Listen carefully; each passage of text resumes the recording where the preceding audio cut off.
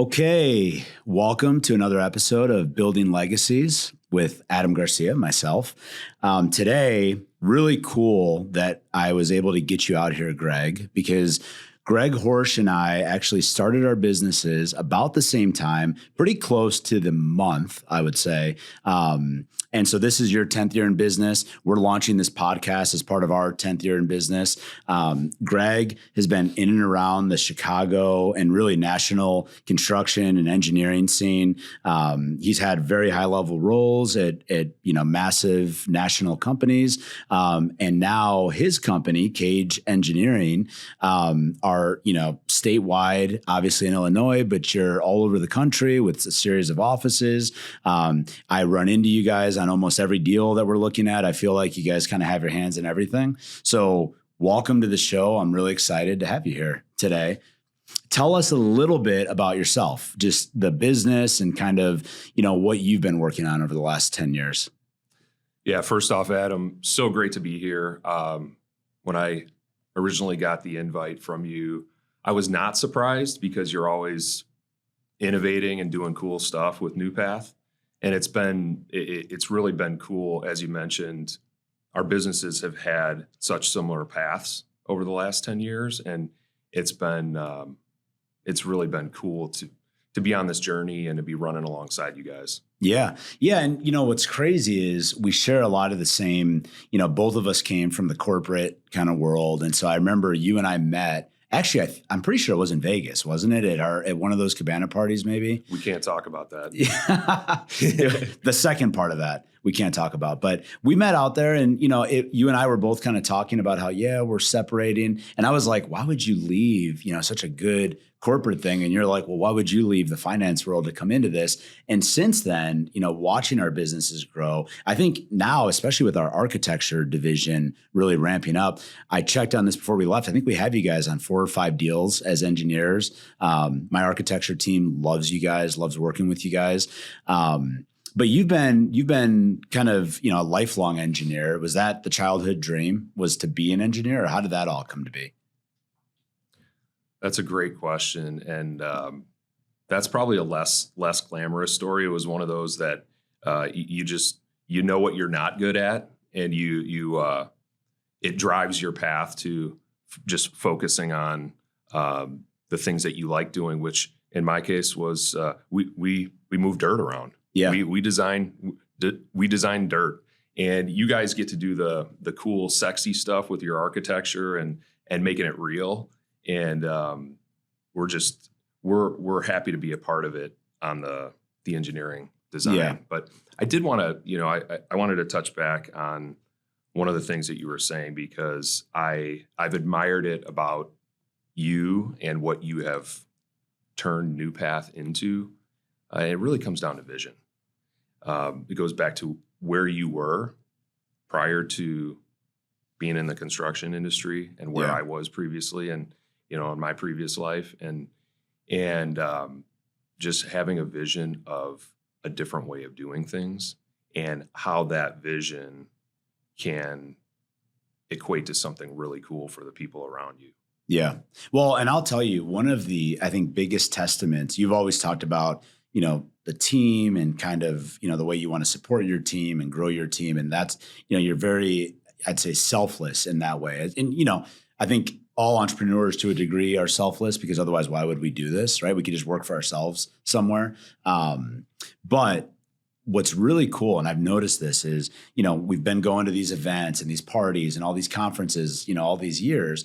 And every time I meet somebody from Cage, to some degree, I feel like I'm talking to Greg from 10 years ago, where, whatever Kool-Aid you guys are pouring out over there, it seems like, and it feels like, you got a lot of believers around you. And I think we see that then with the client side of just, okay, I talked to this guy at Cage. He said the same thing this other person at Cage said. We got to get them more involved in some of our work, some of our deals.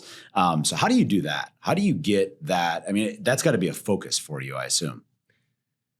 It is. Yeah, it's certainly intentional. And it's great to hear that it's working. Yeah. Right. But really, at the end of the day, it's very easy to do when you believe it.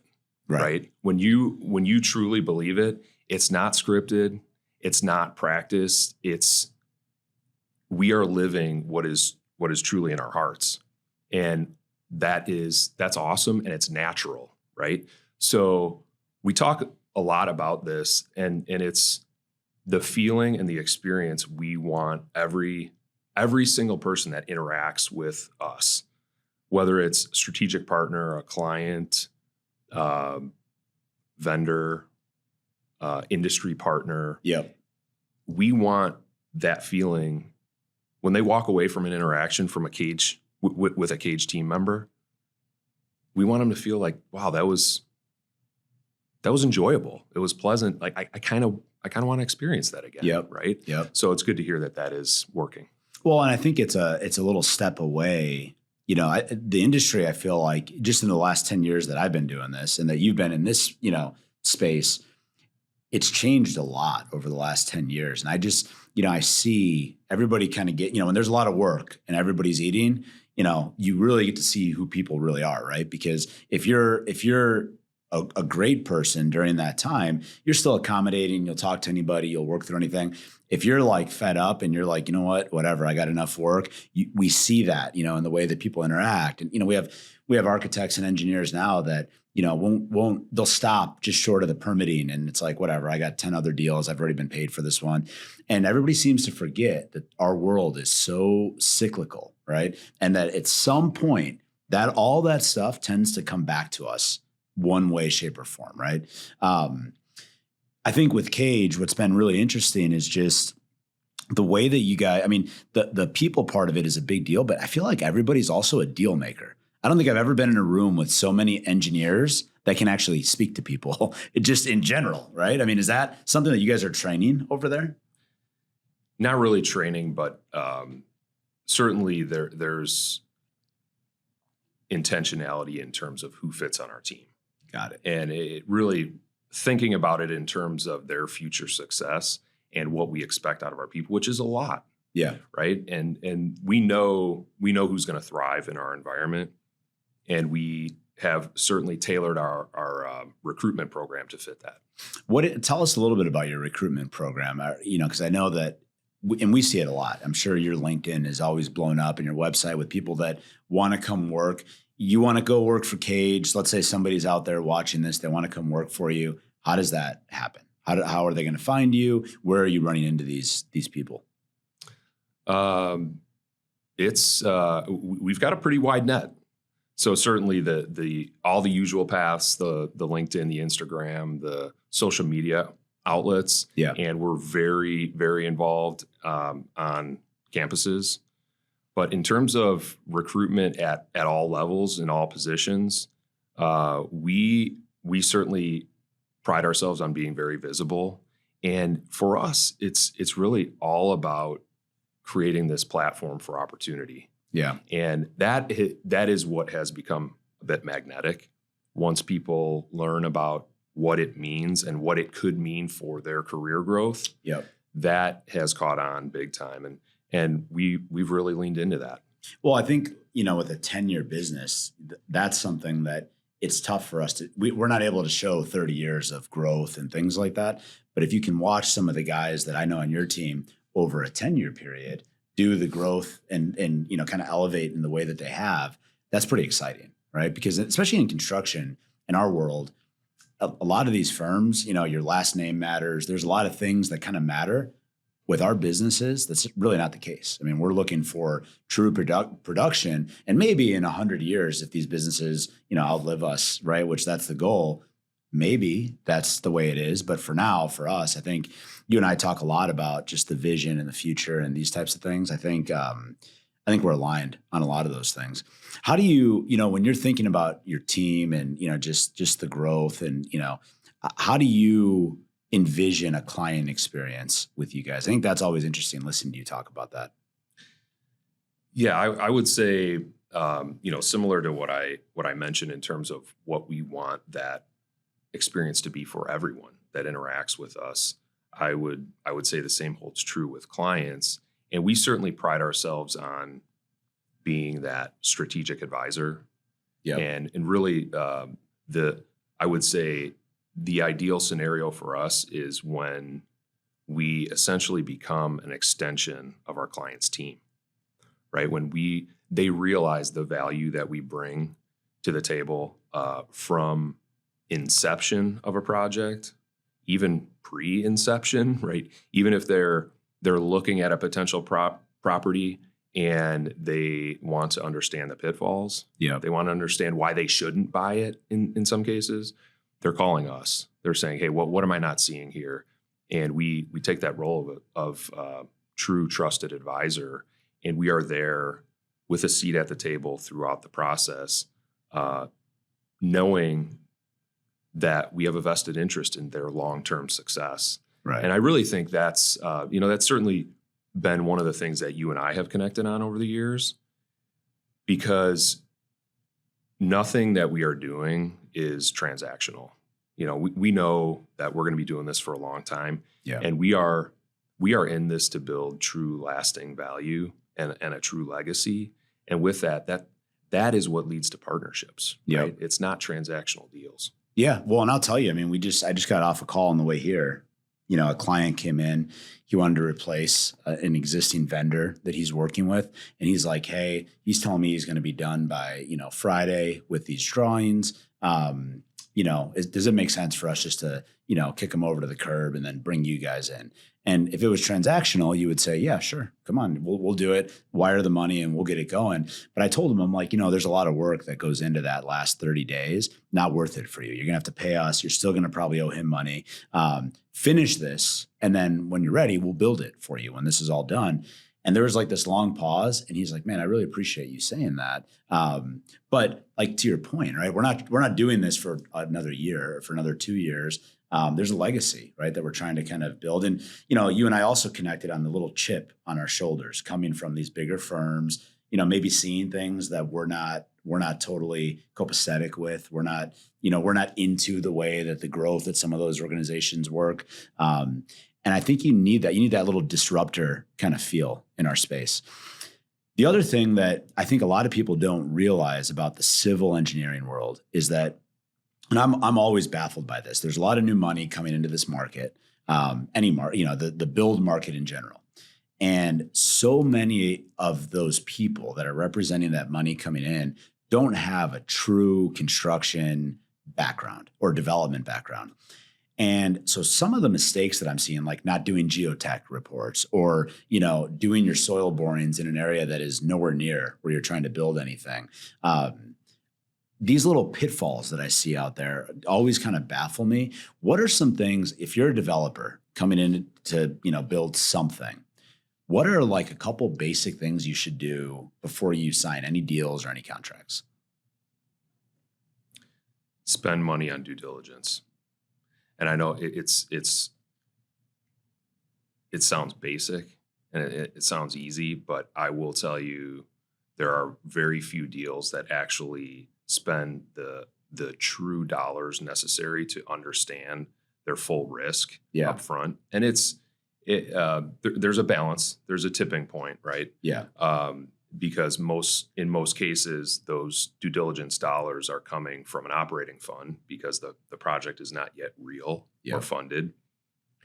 But just knowing the true deal breakers, and you mentioned one, which is geotech, but there are a handful of items that can get flushed out relatively easily, and a good litmus test for us on how savvy a developer is their understanding of that and their willingness to invest in managing and mitigating their risk. Right. Well, and I guess to the developer's credit, if you guys go in and you realize there's going to be some massive IDOT issue or MWRD or something like that, these developers are usually able to recapture that in terms of the exit, because now it comes out and they have that diligence packet, right? Are you seeing them be able to retrade a little bit if those types of things come up during diligence? Yeah, to a certain extent. Even further and beyond that is our ability to connect with some of the landowners or the brokers representing the landowners prior to a developer being engaged. Because if we have the ability to prepare that concise due diligence package, it's mutually beneficial, right? Sure. Yeah. Then the seller doesn't need to agree to such a lengthy, purchase window, Period, a due diligence window, and the prospective developer has all the information right there. Right. It's already done, everything that they would want anyway. And, just to play it out, it's funny coming off of all these conferences we were just talking about before we started here. A lot of the conversations are around these car washes and gas stations, which you and I work together on a lot of these. What do you think? Let's say it's a 2-acre site or a 3-acre site. What should somebody spend on diligence to really kind of flush out, to your point before that little tipping point of a little too much pre-spend? I got to give you an engineer's answer on this. It depends. It's right? going to be to the decimal point. Yeah. No, it really it differs. I mean, if you're a 2 to 3 acre outlot in a developed park already, there's obviously some foundational work that has already gone into it, and you can plug and play versus a native site. True greenfield. So there's a big difference there, and once again, it's coming up with a healthy balance of investing enough to know the potential deal breakers or where it really could come back to haunt you. Yeah. But not breaking the bank and spending, putting good money after bad if the deal's going to die anyway. I've always felt like the engineers really should be, especially specifically the civil engineer, should be kind of first to the table. Is that something that you guys believe as well? Or is there something that you believe? I mean, I'm talking, you've got your funding figured out, of course. You've kind of identified your site. But before they go hire architects and, even consultants like NewPath to come in and, evaluate, deal dynamics, I think they could pay a lot less, a lot quicker to just get those basic things kind of done from a civil perspective. So you won't be surprised with my answer because it's very much indicative of how we run our business as well. And it's with a team approach. My personal preference is when our clients and or the owner has their team. They have an architect that they are used to working with. They have a contractor that they're used to working with. They have us on the engineering side that they're used to working with. When we have all of those minds understanding the end goal, yep, and looking at and evaluating the property from the start, I think that is how you set yourself up for success. Yeah, no, I couldn't agree more. And how often, I mean, we see it all the time too, where maybe they got 1 or 2 of those pieces. And even that's better, obviously, than having nothing lined up. But when we're all able to hop on a conference call and kind of talk through strategy, building layouts, things like that, everything seems to move a lot quicker. And I think one of the things I'm seeing a lot is just such a I don't know, difference between even now the civil and the architects. It almost feels like a client went out and hires an architect here, and then somebody else at the company hires the engineer, and then they slap those drawings together and they don't even speak to each other. They're not even, they're not copacetic in any kind of way. But then on the flip side of that, now that we're doing our own architecture using you guys, when we deliver these plans, it's like clean. It feels the way it's supposed to feel to a degree. But why is that now? Why? Because I feel like even 10 years ago, those drawings were talking to each other. It feels like something shifted over the last 10 years. What is going on out there? I would say there's probably a couple factors at play. One is the way people are communicating now and the speed at which everything is expected to move so quickly, and everything is so digital. There's not a lot of this, right? We're sitting in the same room. Go figure, right? Right. We're together, and those those meetings don't generally happen. People are bouncing from one virtual meeting to the next, and it's hard to devote the necessary time to actually communicate effectively. Yeah, that's certainly a factor. I definitely could see that. believe. I could see that, especially. I mean, post-COVID, really, our industry was one of the industries where they're like, keep everything going, and so everything went digital like overnight, basically.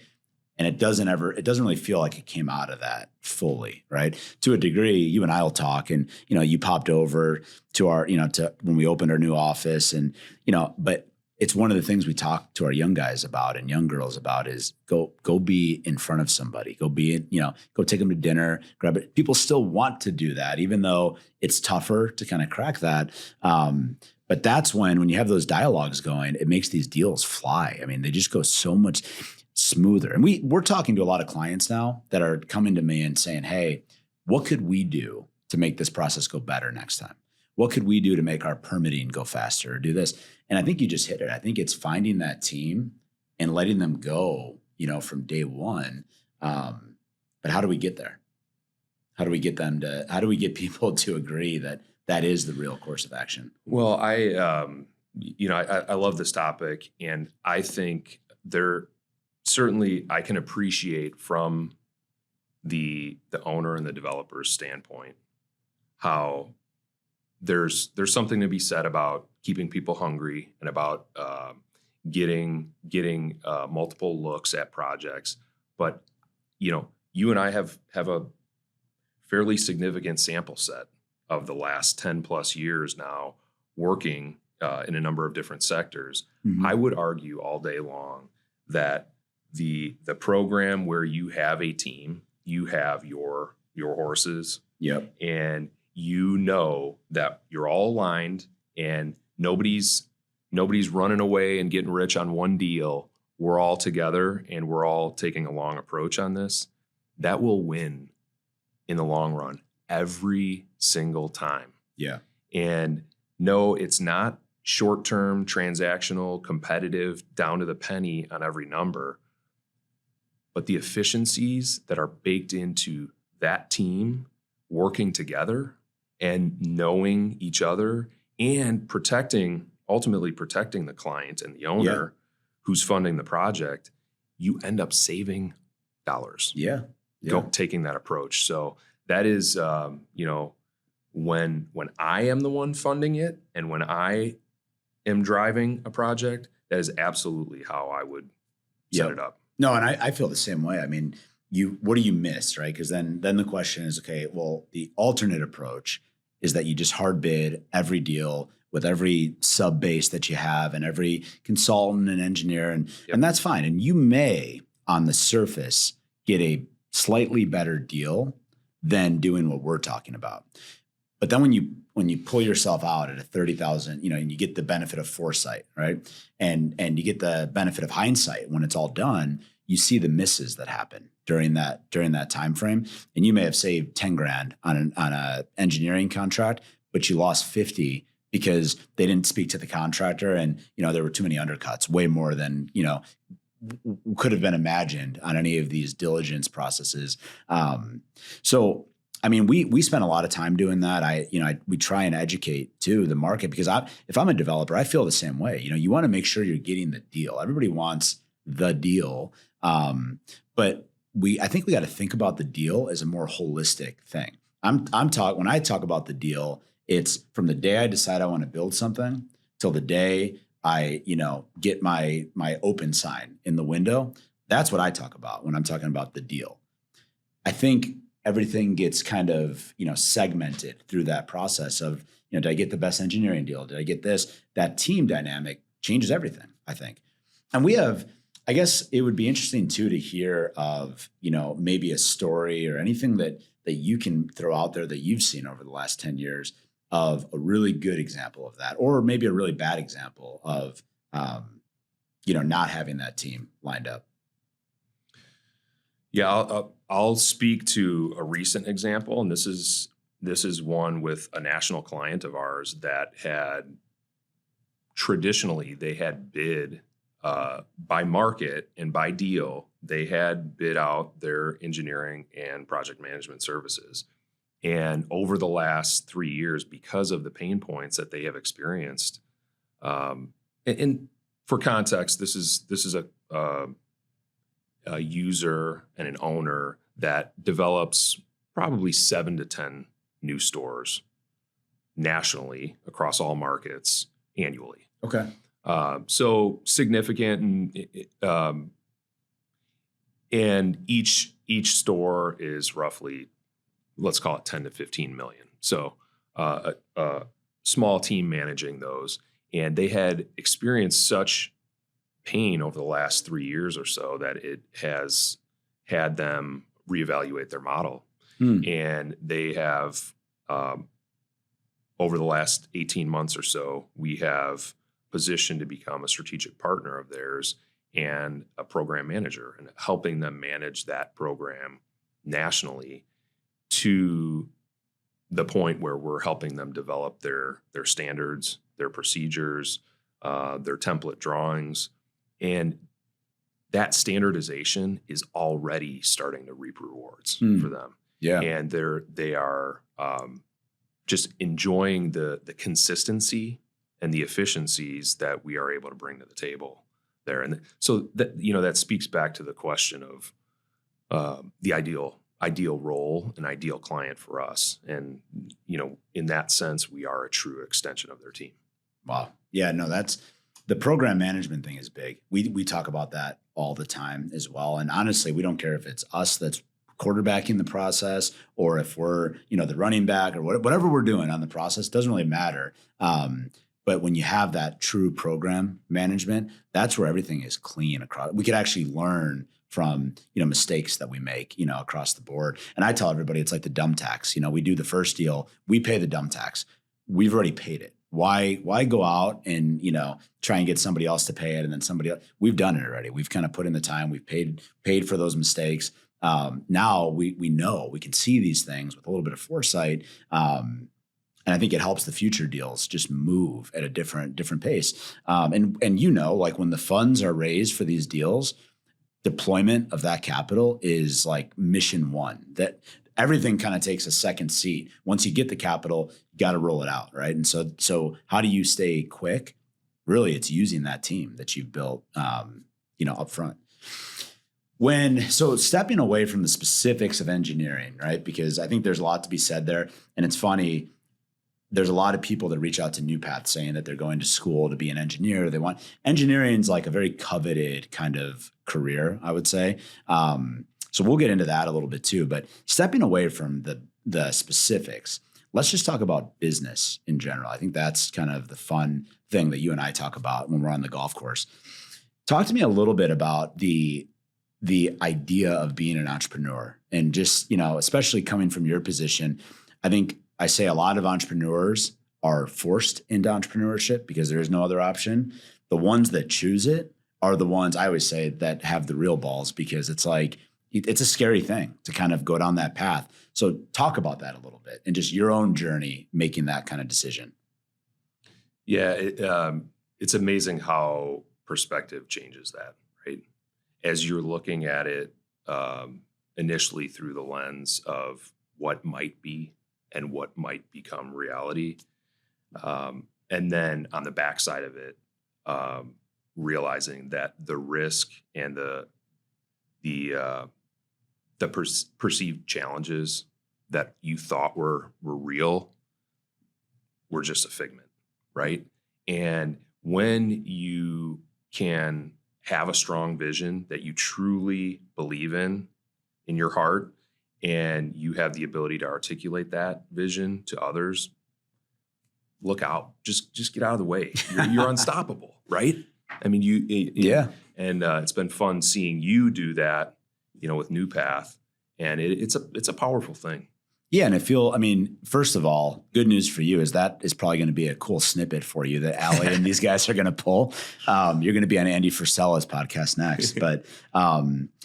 Yeah, no, I think that the vision, you're right. I mean, looking back, it's hard to even think sometimes about that risk that we took 10 years ago, because I don't know, today, like, I feel like we just risk everything all the time. So it doesn't really feel like anything anymore, right? It's like that initial high is gone. Then you get it from, maybe the bigger growth things, right? So going through these items. But if you're watching and you want to be an entrepreneur or you want to do something, what's some advice you'd give to somebody that's really thinking about that right now?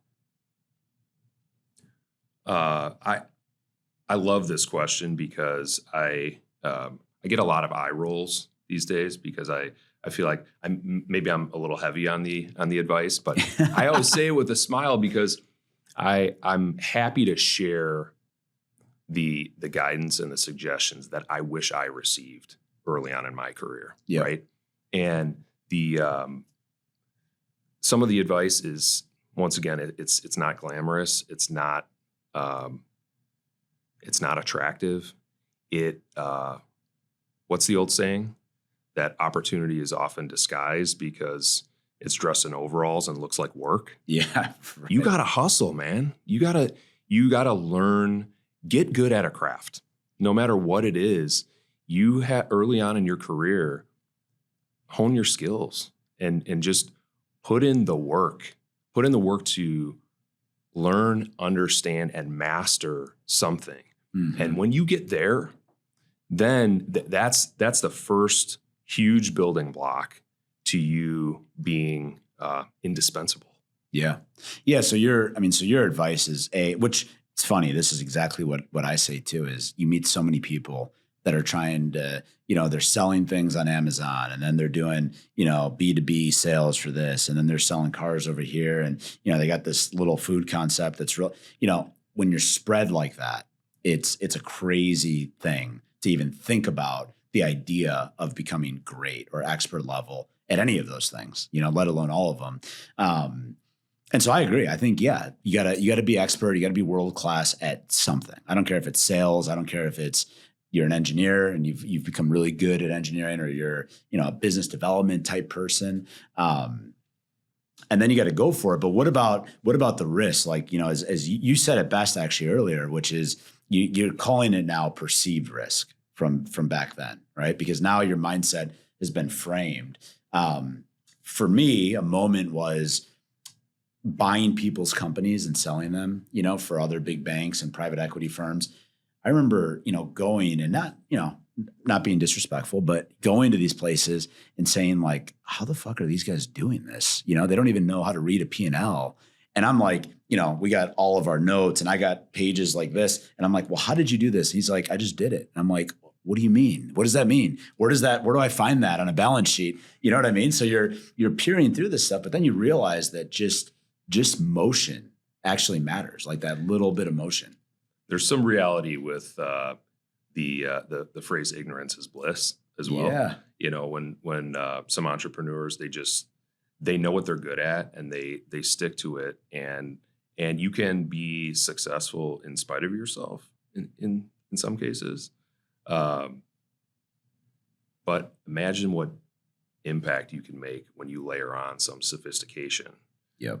Just like what you are doing, right? In an old, hundreds and thousands of year old industry, like construction. Yeah. And you're bringing your knowledge from the finance world and layering on some sophistication, and it's pretty cool to see what you can come up with. What you can do. Yeah. So, and you've always been a big proponent of, continuing ed, ongoing learning. You've done, all sorts of seminars and classes and things like that. What to you has been like, how do you keep yourself sharp during all of this?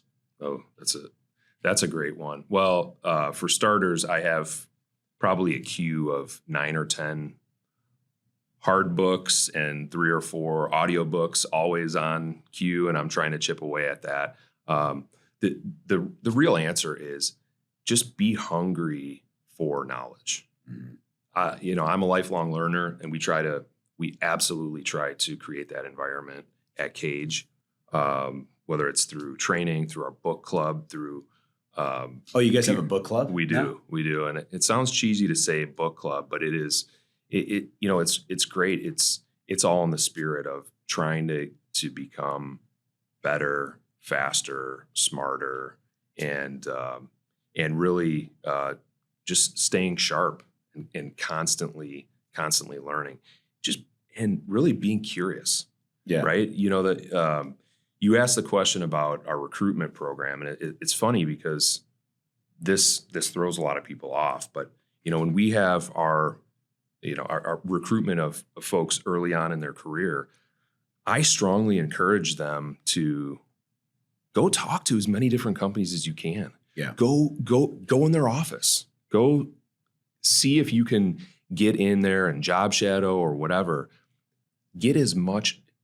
increase your sample set. Yep. Just experience, get out there, because that is what is going to allow you to choose something that you are truly passionate about. Yep. And they're like, well, don't you want to just bring them in and then lock them up?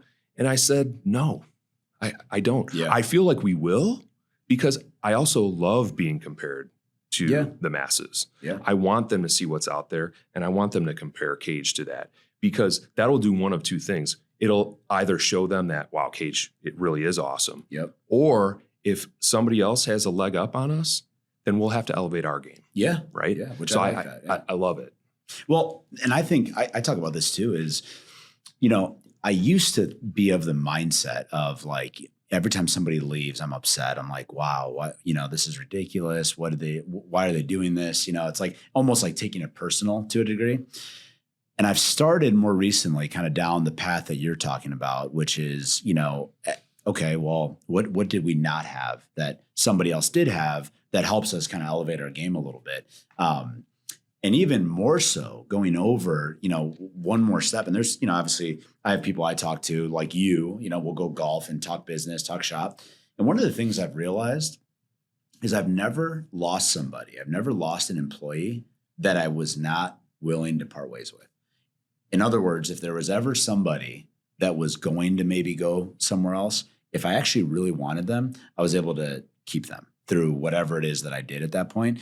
And so I kind of had this epiphany. I'm like, well, I guess I didn't want them that bad, in that moment. Or maybe their perspective was different, because I also believe in confirmation bias. I believe that if you're here and you just think that, you're not getting the opportunity, you're not getting this, you're not getting that, you're never going to really believe that you are, or whatever we're doing is maybe making you believe that. And so I've realized that that's okay. It's okay for people to kind of go on and move. And you kind of have this alumni program of people that were here, maybe got some good training here. Now they're doing some things out in the market. And it's like, cool, that actually helps our brand as opposed to hurts our brand. Which is maybe just a soft way for me to accept, things like that. But I think that that's a big part of it, is just understanding where we can grow, as business owners. Yeah, for sure. And looking at it, trying to look at it as objectively as you possibly can, and keep yourself in check, right? Of the things that you can be doing better. The other part of it, I think, and this is something that we have learned over the years, and it has really shaped our mission, right? If you truly believe in and care about the people that are on your team, and you want them to be as successful as they possibly can, you are doing all you can as a leader to create that environment at New Path, and in your case, Cage for us. And you hope that that environment is their path to thrive and to become the best version of themselves. Sure. But in some cases, the company will outgrow them, or they may grow in a different direction from the company. And that's okay. Yeah. Right? Yeah. That's okay, as long as you are still their champion and you are still there to root them on. And in some cases, we have seen that and helped our team members find excellence elsewhere. Yep. Right? Whether we've done the same. Yeah. And that's pretty cool. That's that abundance mindset where we can help them. We can all win together. Yep. Right? Yep. They're not stealing something from you. No, right. And that's, in fact, they're giving, in the sense that the more people that are champions of Cage out in the marketplace, that's better. Whether they're at a GC or at another engineering company or at some corporate, group, as long as they can look back and say, yeah, that was, I got a great experience over there. I mean, what else are we asking for?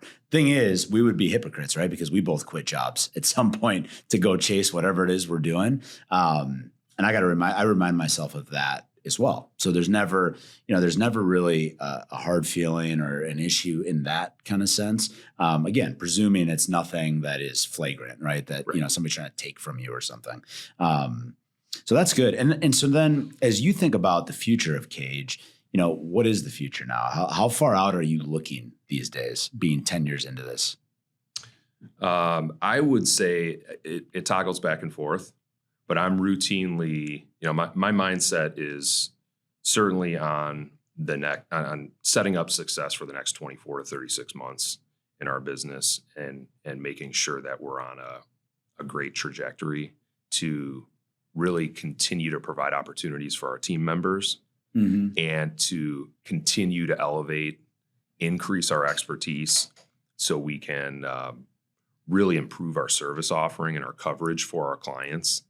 There are still a number of situations in all of our regional offices where, we can't wholeheartedly say, yes, we can handle that and we can knock it out of the park for you. And it's my job to set us up to where we can.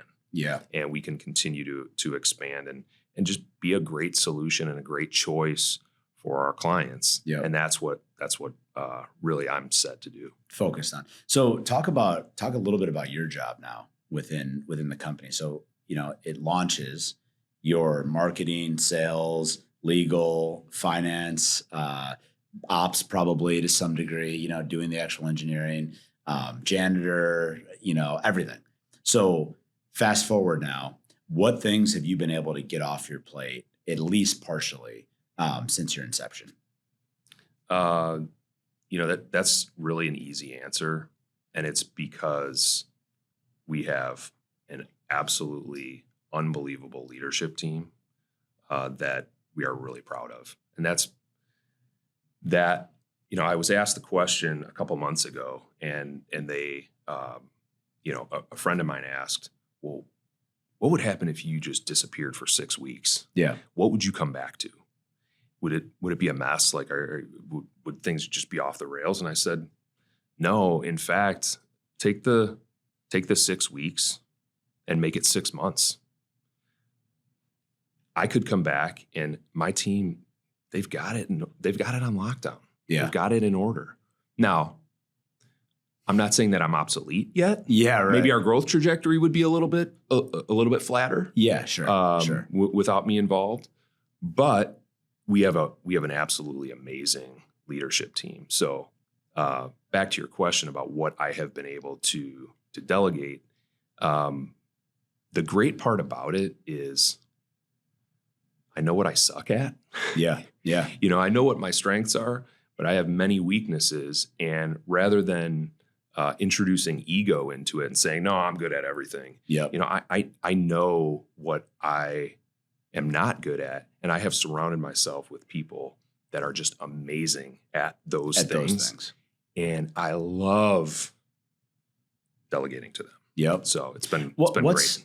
Give me an example of one of those things that you're not in your mind. And I'll go first to throw myself out there too is, patience has always been a very lackluster thing for me. And I've known it, I've denied it for a while. Now I'm like, okay, I'm impatient. So things where I really struggle, honestly, is in development of junior and younger staff, only because, I'm like ready for them to get there kind of deal, maybe before they're even physically capable of getting there.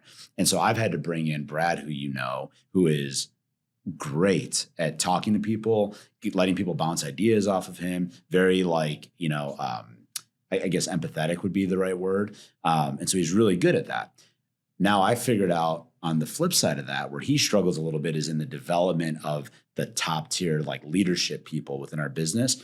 I'm very good at that piece of it because we will go and we'll push and we'll make sure that, they're getting the tools that they need. What are we not giving you? What are you missing that I can help, push this? But it moves a little bit quicker, right? So I've had to step away. I used to be in every interview. I used to do that. Now they've told me, you can't be a part of this. You can't be a part of these reviews. You can't, because, and maybe I like to justify it by saying, I care about these people. And so I want them to be great. And I get really pissed when they do things that I'm like, why are we doing this? You could be way better than this. But they've essentially removed me from that part of our business now. So give me one of yours that is similar. Happy to tell you that. But before I do, I have to say that you've done so well in defining the identity of New Path that everyone that I meet, that there's that fear, right? When you're saying you're removed from certain situations, and no, Adam, you're cordially uninvited to that meeting. Yeah. It's a little daunting at first. Yeah. But everybody that I meet from your team, that the image and the identity that you've created has certainly expanded well beyond you. So you're doing so much right. So Appreciate that. Kudos. Thank you, man. Appreciate that. Yeah. So back to my answer. I would say, in terms of, I've known full well, similar to you, and not surprising as founders and entrepreneurs, that we, if we lived in the weeds, Yeah. you get bogged down. Yep. And growth is very difficult. Yep. So knowing that and knowing the business that we're in, with my right-hand man since day one, Matt Shoemaker. Yep. Great guy. He and I complement each other very well. And the growth and success of Cage really for the last 10 years has been built upon the catalyst of that dynamic duo of us together. So, kind of I guess it'd be similar then, the idea of just the details. And I think that is the thing that people fail to realize is like, and this is what they told me, right? Is I'm like, they're doing these interviews and I'm like, well, I'll step in, whatever. And they're like, no. Sometimes I'm like, why? What's the issue? And they told me, sometimes you're a little too much. And so it's good to step back a little bit. Fine, no problem. But then you start thinking about it and you realize like, that's the dream though. Actually, the dream is you don't want to be in the details. Sometimes maybe a couple of years ago is when I really started pulling out of the day-to-day pieces of everything. And it is a scary thing to do. And even still, sometimes you got to fly back in and, do some triage. But, when you realize that you can build something that gets a life of its own, that kind of grows and builds and becomes, whatever it becomes without you involved in every step, you realize that you created something actually. And then you kind of get the benefit of like, wow, I want to do more of that. Even that becomes addicting, to some degree. So I think that as, entrepreneurs, one day you and I will be, sitting at your cabana party. Maybe we'll be too tired to talk to anybody, smoking cigars, laying on the couches over there. But, today I feel like we both, there's still a deep passion there and I see it with you. I mean, everybody we meet of yours, they say the same thing. And they love the idea now that you have, if you're an engineer, you could be in marketing. If you say you want to get into finance, you now have opportunities to give people, I think, that you didn't have, right? 10 years ago now. Yeah. And that's the exciting piece. One of our team members asked the question, this was a few years ago now. And he was like, how much do you want to grow? Like, how big do you want to get? And I said, it's not about a number. It's not about head count. I said, all you need to do is focus back on our mission. And our mission is to generate success for all stakeholders. Mm-hmm. And that's our team members, that's our clients, that's our strategic partners, that's our community partners. And as long as we were driving our mission, I said, tell me when they stop making great engineers, surveyors, accountants, marketing professionals, etc. When they stop generating those out of colleges, that's when we stop growing. Yeah. He's like, oh, okay, I get it.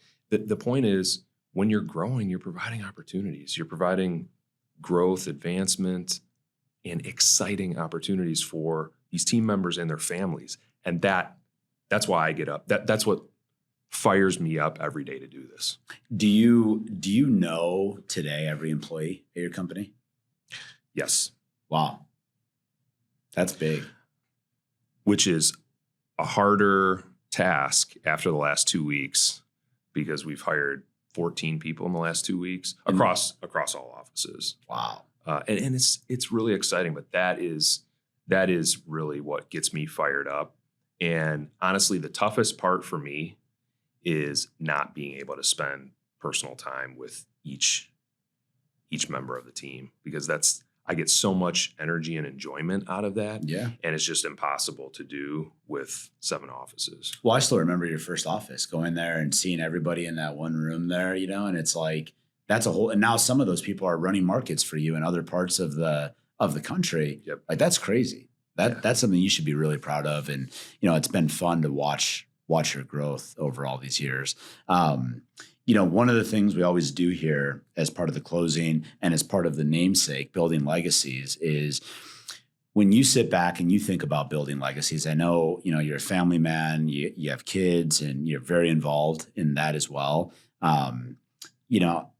A, how do you find time for all of that? And then B, what does building legacies mean to you? If you were if you could kind of summarize it. I'll answer that first question first.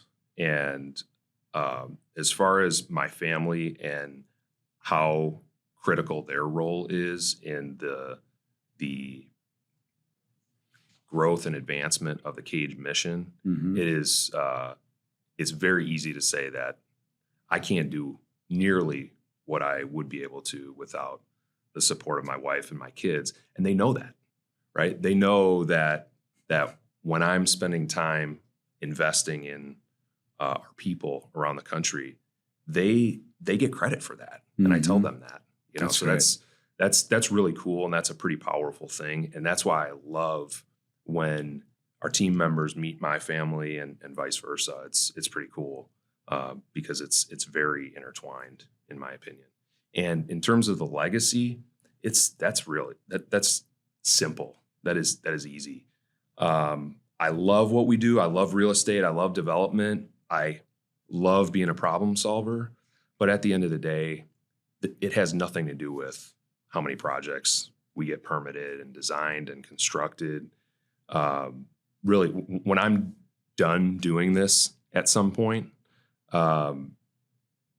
it's all about the people. It's looking at who we were able to impact, looking at what we were able to do for their lives, their families, etc.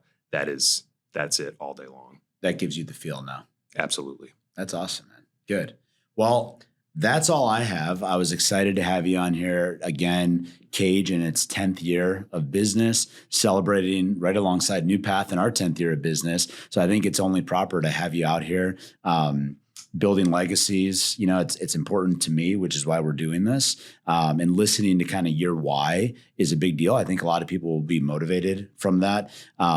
People can find you guys all over social media. Obviously, your website is there. And then hopefully they watch this, and any questions we get for you, we'll make sure to send them over. Adam, thanks so much for having me. Of course. Thank you.